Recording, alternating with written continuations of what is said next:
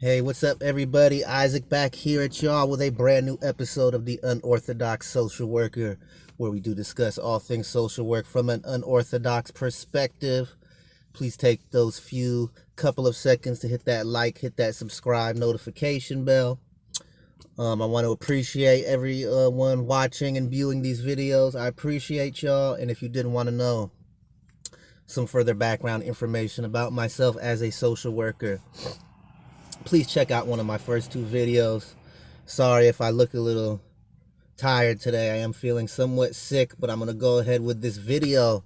In this video, the topic at hand today is why are you not moving up in your job or career, okay? And this will be coming mostly from the perspective of a social worker, or why specifically in social work, you're kind of stuck, you're not moving up, you feel like you're not getting the opportunities you deserve. But pretty much every example I'm going to give to you can apply in probably pretty much any job where you have an employer and you're working for someone within an organization.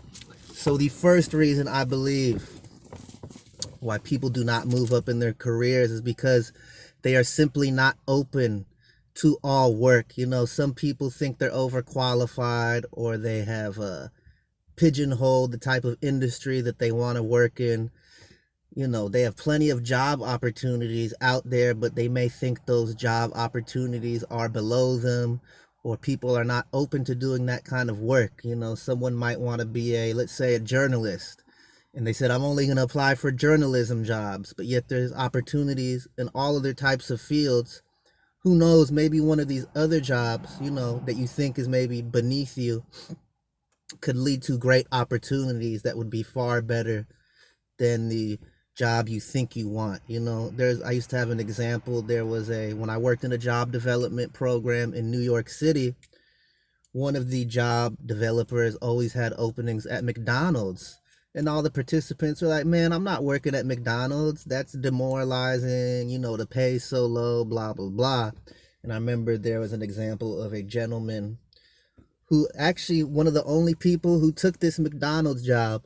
Within 6 months, he became the manager, and he was making good money. I think he was making over 60 grand a year.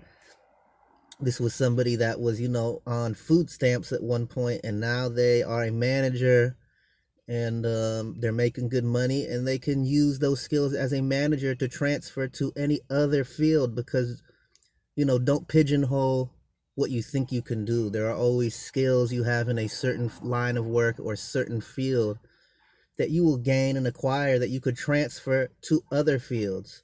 So, and for example, I'm a musician. When I was a child, all I wanted to do was be like a famous music producer or a famous musician. I went to school, got a liberal arts degree with a focus on music production.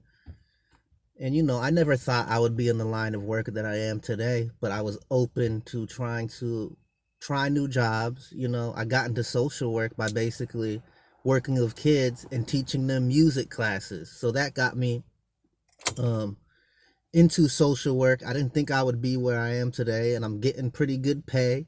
I do have friends that are successful musicians, but I'm working in the field I enjoy, and I'm getting a steady paycheck. You might say that some of these people that are successful musicians might be asking someone like me to borrow money because they know I have somewhat of a stable career. So please don't limit yourself. Don't think you are better than any job. Be open to any kind of work.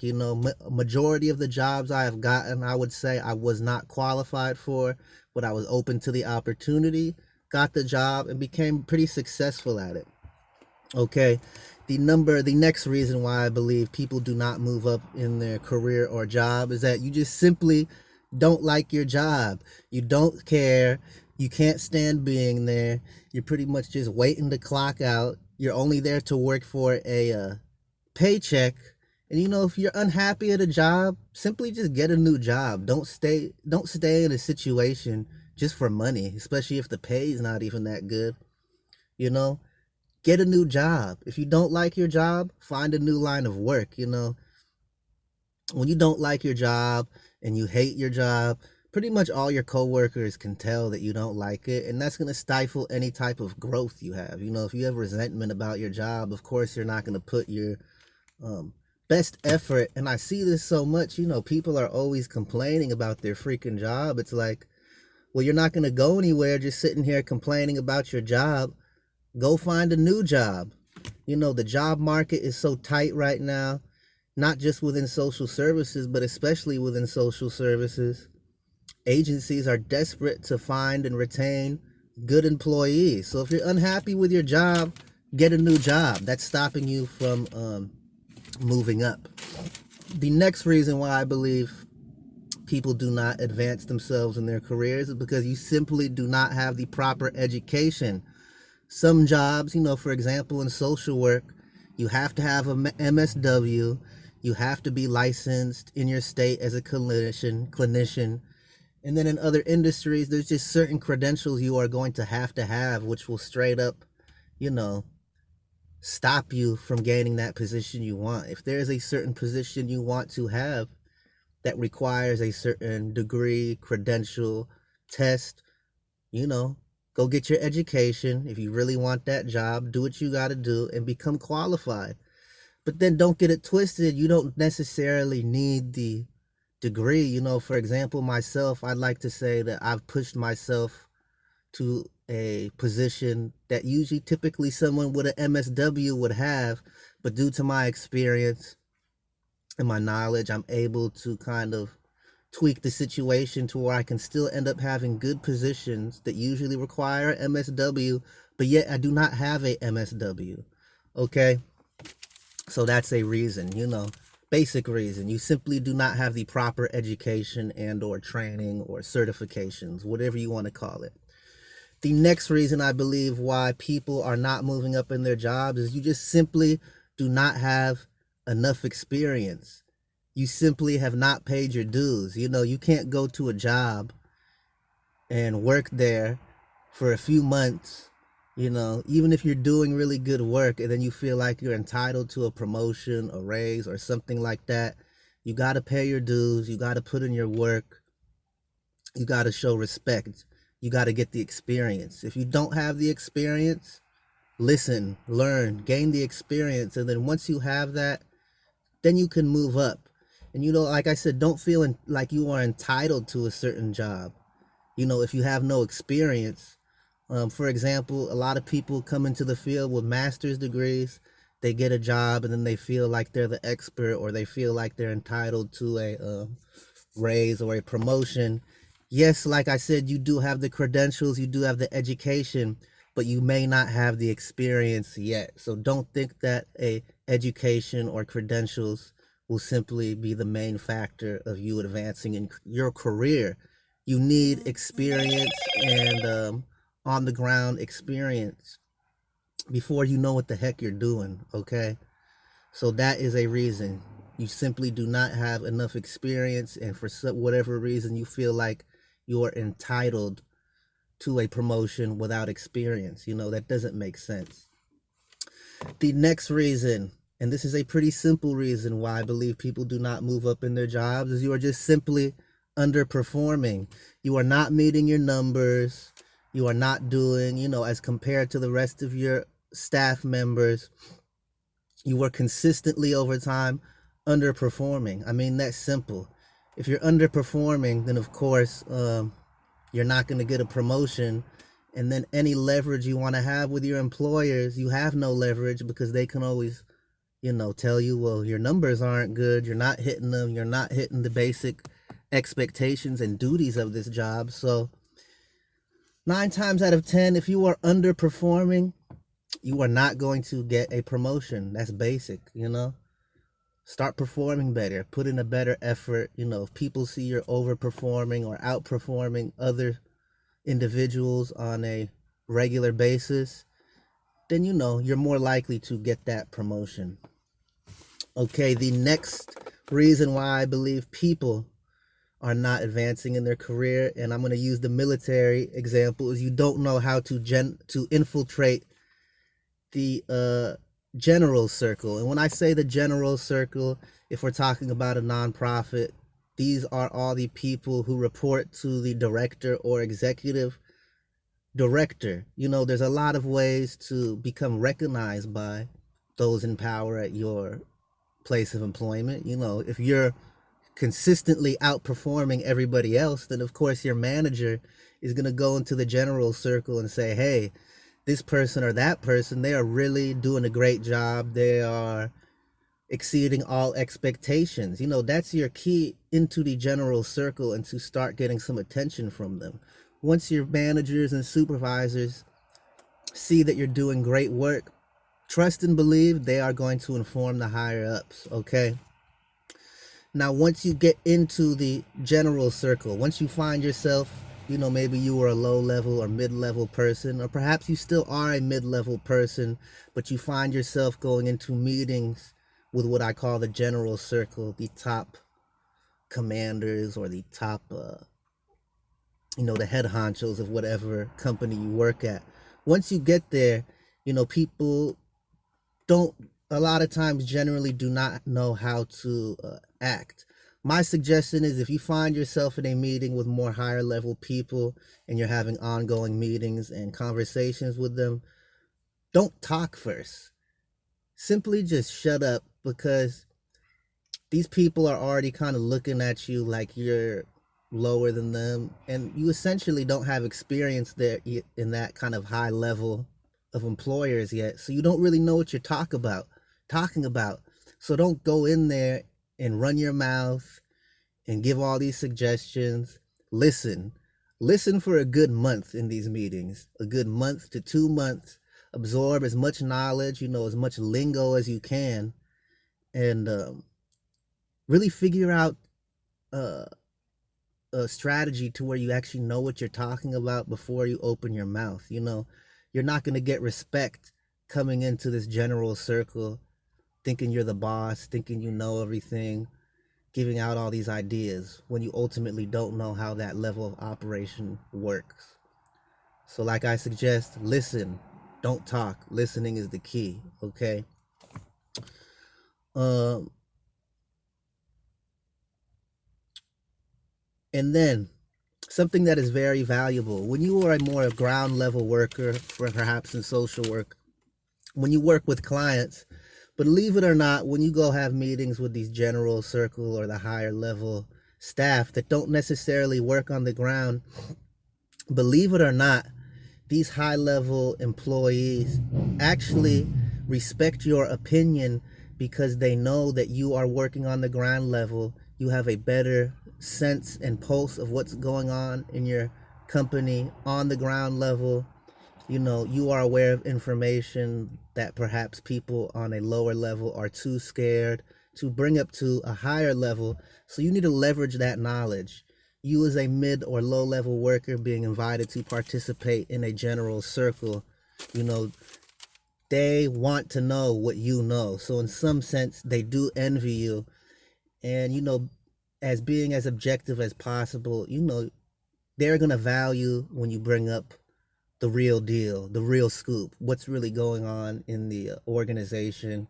And they will try to pick your brain on that. So they will use that information and figure out how to utilize that information to come up with solutions for the company. So please don't underestimate your power just because you are lower than a high level person. They want to hear what everyone else is saying about the organization. Okay. So please form a relationship with these people and leverage that information. The next reason why I believe people in this situation, in the general circle, um, some behaviors that people do is that that is stifling you is you are a yes man or a yes woman. You're in there with the executive director, the top managers, and you're just sitting there writing down notes, everything they say, and you're saying yes, yes, um, I agree with everything, great idea, blah blah blah blah, and you're simply being kind of more passive and subservient.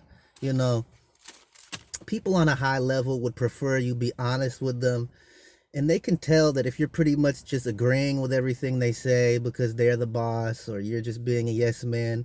Excuse my French, but they know you're bullshitting them. Someone on a higher level will have a great more amount of respect for somebody who doesn't say yes all the time, for somebody who kind of gives some pushback to some of their ideas, and you say, oh, well, based on what I know, I'm going to offer a solution that I think is better in this situation. If you're simply saying yes, yes every time, these people are knowing, excuse my French again, they know you're bullshitting with them. They know you're being dishonest. They know you're just sucking up to them.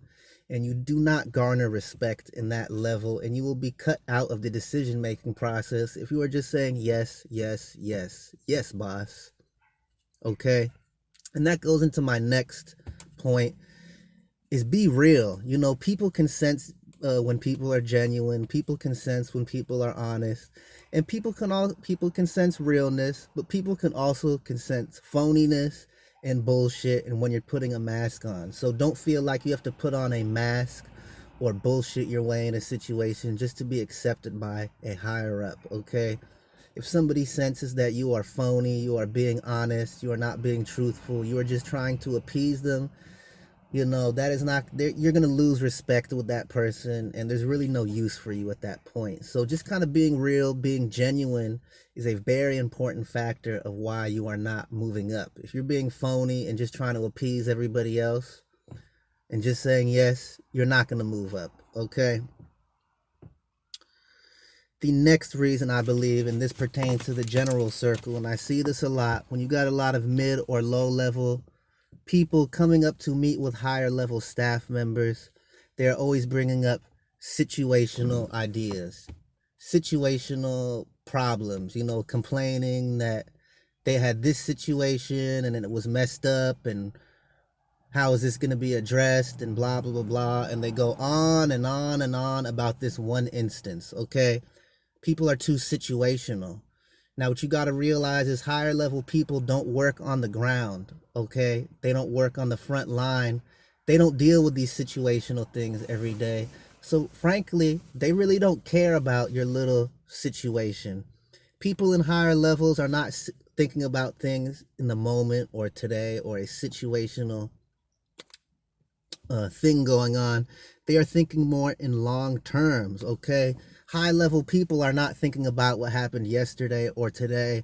They are thinking about what's happening next month. They are thinking about what's happening in this quarter. They are thinking about the fiscal year and how you need to prepare everything for the fiscal year. But if you're still stuck in that mindset of, oh, this is a situational thing that happened, and you're really offering no solutions, and you're simply complaining about it, you know, that's not going to garner respect.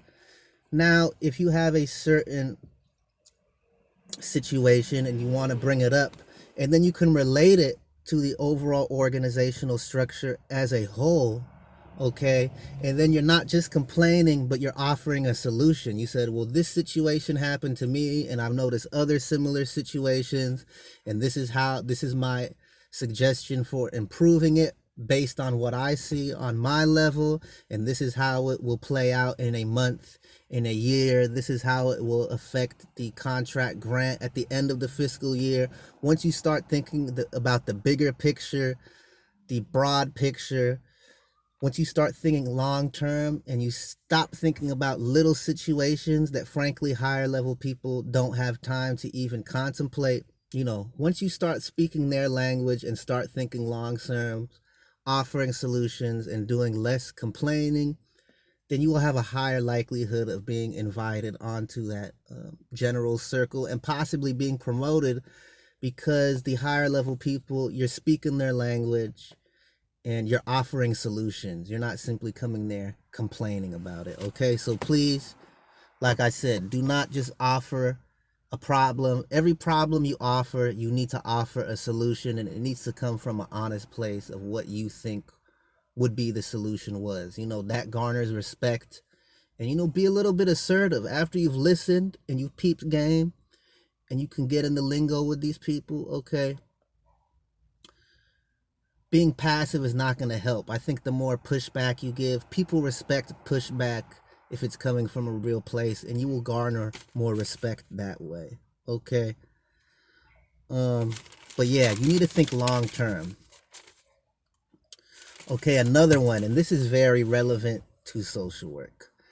You do not leverage yourself when staff is low at your job. You know, how many places do you work at social service agencies? There's so much turnover. You're short staffed. People are scrambling to hire adequate staff, okay? And you might think, okay, this is a hard work environment to be in, but you're looking at it the wrong way. This is a perfect opportunity for you to leverage your skills, your value, and your worth as a worker. You know, um, if we're struggling to maintain staff, okay, that gives you the opportunity to step in, okay, and perform. And then when you see the gaps in services, this gives you an opportunity to find out what the needs are, go in there, volunteer to address those needs, offer solutions. And then your managers will start seeing, oh, you're taking initiative while we are down. Leverage yourself. You know, a job is not going to fire you, okay, when they are short staffed, especially if you're overperforming. They will, in most cases, from what I've seen, do whatever they can to retain you as a staff member. Some people say, oh, this place is too organized, I'm out of here. But yet they may have a skill that is highly desired by the agency, and they just quit when they simply could have went to their supervisor or HR and said, hey, can you pay me a little bit more money because I feel like my value as a worker is higher. Okay, and then if they don't value you and they don't give you the raise, just go find another job. Okay, you're not realizing your potential. Why just stay stuck there at a place you're overworked and they're not appreciating you? Go find another job to where you think you're gonna be happier, and then get them to give you a job offer. And I've done this plenty of times in my life. This is the secret to getting a raise at your job. You're at your current job, you go out, you apply for other jobs. Say you got a job that's paying you 50 grand a year. Then you apply for a job that pays you 60 grand a year. Okay? They give you the job. Then you go back to your employer that you're already working with and you say, let them know, hey, I found a new job. They're going to pay me $60,000. And because that agency you're working at is so understaffed and so desperate to retain staff, 9 times out of 10, they will at least meet you at that salary that the new job is offering you, or perhaps even offer you more money than that uh, new potential position offers you, just because they are so desperate to keep you, because they know, like I said, you're doing things like performing very high. Okay, they agencies, especially social service agencies, depend on reliable workers who exceed expectations. So if you are someone who is reliable, who hits high numbers, who exceeds expectations, leverage that situation to a higher pay. Okay, don't just wait for someone to come and give you a raise. Okay, the next reason why I believe people do not move up is because they don't take advantage of people that believe in them. You are essentially sabotaging yourself and squandering your opportunities.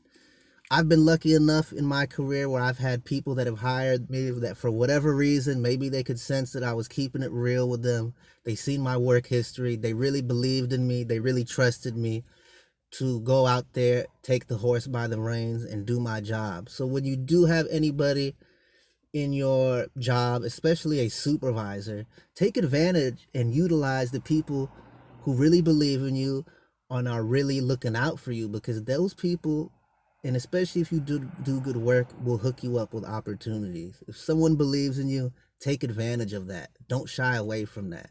Anybody that supports you, get that support, leverage that relationship into a better situation. You know, don't pass that up. And that's so important. I wouldn't be in my career where I am today if I didn't have people who believed in me and gave me the opportunity to do the work. The next reason I believe why people are not moving up is because you freaking have a flappy mouth. You have conversations with people and you repeat conversations to other staff members. No one's going to trust you that you're telling everybody's business to all the other workers. And then even with a supervisor, you might think that a supervisor would love somebody that's snitching everybody out at work. But at the same time, You don't want to snitch everybody out to your supervisor, because then your supervisor might think that you're going to snitch them out if you catch them doing anything bad. So you need to balance that. You know, if something is a major issue, sure, bring it up, but don't be that person that's going to go snitch on everybody and tell everybody's business. No one's going to trust you. No one's going to like you. You're going to be the loose-lipped, flappy-mouthed person of the office, okay? And then that kind of goes into like being appropriate, watch your words. You got to think about your deal. If you're talking too much about politics, about religion, about different cultures, and you're not aware of the boundaries that you need to be aware of when talking about these subjects, and this could be a whole nother video that I'll probably do. But watch when you talk about politics, religion, race, sexuality, all of that stuff. You could easily offend people. It's better to just kind of not talk about that, because when you're talking about those topics and giving your opinions, maybe someone else might not agree with your opinion, and it could make them feel uncomfortable. And then you have squandered a relationship with somebody, and then people don't get along with you. But I'll do another video on that. Next, you do not take advantage of gaps in services or needs for creating opportunities in your organization and capitalizing on it. For example, when I worked with kids at a homeless shelter in the Bronx, New York, I noticed there was no program that helped the adult clients get jobs. So I went to my boss, and for no extra pay, I said, hey, do you mind if I start a job training program? And I started this whole job training program. It gave me the ability to come up with my own program, my own guidelines, and administer my own thing, which gave me a lot of experience. And then my next job was in job development. So because I noticed that gap in services, I was able to take that experience and use it to get hired for my next job, okay? So if you notice there's things that are lacking in your job, there's gaps in services, there's gaps in needs, step in and volunteer to take care of those gaps in services, because you'll gain experience and you could leverage that knowledge to a higher position or to apply for a better job than you are currently at. The next one, you simply don't stay anywhere long enough. If you are like, when I interview people and me and HR sit down, if we see a resume and somebody is only working job for a year, 5 months, a year, they really don't have over at least 2 years consistently of staying at a job, that is a red flag. Most employers want to retain good staff. And if they see you're just hopping from job to job to job, we're going to be a little bit more reluctant to hire you. Now, if we've seen on your history, you stayed a good 3, 4, 5 years at your positions, then you know that the person is committed to their work and they will have a higher likelihood of staying at the job that you are applying for. So please don't be one of these job hoppers. And then, you'll never find out if you're going to get that promotion or something like that. You're never going to stay long enough to have the opportunity to be promoted or get to a higher position. Okay, but again, when I'm interviewing people, that's usually a huge red flag. You didn't work at many places for more than a year, then I'm just going to assume you're only going to stay at this job for a year. So that is, to me, especially when trying to get a new job, a red flag. Although, like I said, many of these nonprofits are desperate, and if you are qualified, they'll still hire you, even if you didn't work that long, if they do think you're competent. Okay, the next reason why I believe people don't move up is you are too comfortable in your own work situation. You are too comfortable. I've heard of people working at city and county, and they sit there for 15, 20 years at the same position, and I guess they're paying them halfway decent. So you are simply too comfortable. You have no motivation, no drive to go to the next level. Or maybe you do, but you don't assert yourself and try to find new opportunities for yourself. You figure, hey, I'm getting paid halfway decent, I'm just going to chill and do my job. But that comfort, your own comfort, is stifling you, is not inspiring you to go to the next level. So if you're just sitting there very comfortable, you don't say anything, and you wait for people to come to you with opportunities, hey, you're just going to be stuck at that job for another 15 years, okay? So don't get too comfortable. Challenge yourself. Okay. And then the last one is there's no trust. And this is a big one. If people don't trust you, if you don't trust people, it's not going to work out. You need to be real. You need to have trust. That's kind of self explanatory. My storage space is about to run out. So that's my video for today. Let me know what y'all think. I want to appreciate y'all. Have a wonderful rest of the day. And I will talk to y'all next time. Deuces.